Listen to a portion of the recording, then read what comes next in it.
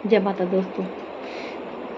हमें खुद को ज़्यादा नहीं तो थोड़ा सुनने की आदत भी डालनी चाहिए, क्योंकि अगर हम हमारे अंदर सुनने की आदत अब अगर हम नहीं डालते हैं तो कोई इंसान अगर हमारे बारे में कुछ कहता है, हमें कुछ बोलता है कुछ गलत, तो हम तुरंत गुस्से में आ जाते हैं और उसको कुछ ना कुछ वापस बोल देते हैं।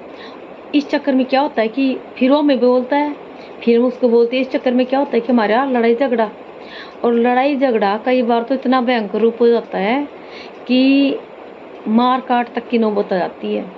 और आपस में क्या होता है कि इंसान के बीच में दुश्मनी, और उन दोनों के चक्कर में उनके परिवार में दुश्मनी, और आगे चल करके ये दुश्मनी इतनी बड़ी बन जाती है कि वो एक दूसरे का मतलब कि नफरत का कारण, एक दूसरे से नफरत के कारण क्या होता है कि इंतकाम लेने की आदत इंसान के अंदर घर कर जाती है, जिसके चक्कर में इंसान नैतिक रास्ते को छोड़कर अनैतिक रास्ते पर चला जाए, इंतकाम लेने के चक्कर में, बदला लेने के चक्कर में।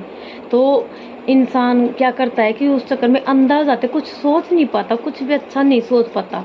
उसके दिमाग में तो बस बदला लेने की भावना होती है कि किसी तरह कुछ भी करके किसी भी तरह दूसरे से बदला लेना है। इस चक्कर में क्या होता है कि इंसान किसी के साथ कुछ भी गलत कर बैठता है, जिस कारण क्या होता है कि उसे कोर्ट कचहरी के चक्कर, पुलिस थाने के चक्कर, और साथ में पूरी दुनिया में बदनामी।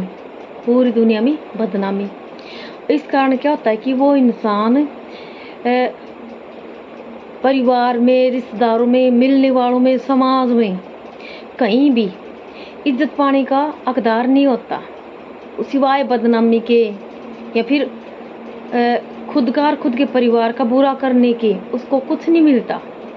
और अगर उसका किसी का गलत कर देता है तो उससे क्या होगा कि उसका खुद का बुरा, उसके परिवार का बुरा, बदनामी, साथ में उसको सज़ा मिलती भाई, पुलिस देगी, कोर्ट कचहरी अदालत देगी सज़ा, लेकिन साथ में क्या होगा, जो भगवान है सज़ा उसको वो भी देंगे, क्योंकि गुस्से में लिया गया फैसला, गुस्से में लिया गया फैसला कभी भी दिमाग का फैसला नहीं होता। तो ऐसा मतलब कि इससे अच्छा तो हम, अगर हमें कोई कुछ बोल ले उसी टाइम अगर हम चुप रह जाएं कि कोई बात नहीं, अगर उसी टाइम हम चुप रह जाएं कि कोई बात नहीं। वो कहते ना कि भगवान कृष्ण ने भी कहा था, भगवान कृष्ण भी थे जो शिशुपाल की 100 गलतियों पर उसका सिर काटने का उन्होंने उसको वरदान दिया था।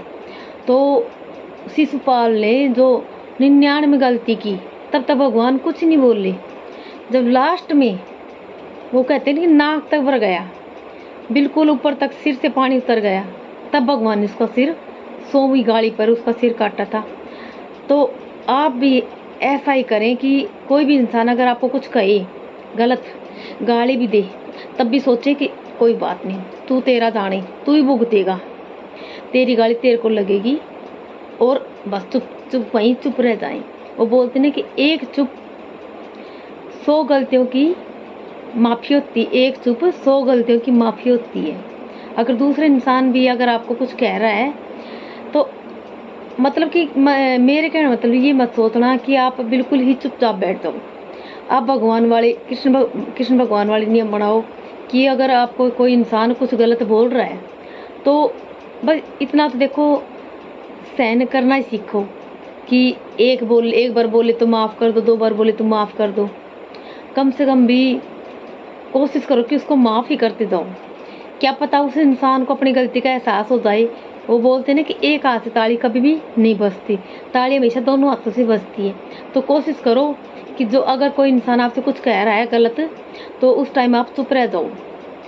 देखो कि वो इंसान कितना बोलता है, कितना कुछ कहता है, क्या पता इंसान खुद ही थक जाए, थक करके चुप हो जाए, या फिर उसको अपनी गलती का एहसास हो जाए, आपसे वो माफ़ी मांग ले, दोबारा ऐसी गलती भी ना करे।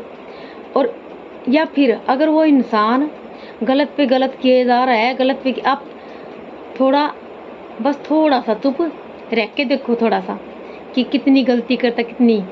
अब जब आपके सिर से पानी निकलने लगे तब उसको एक ही बार बोलो, 100 बार बोलने से अच्छा तो एक ही बार उसको ऐसा जवाब दो कि वो इंसान दोबारा ज़िंदगी में कोई गलती ना करे। जय माता दी।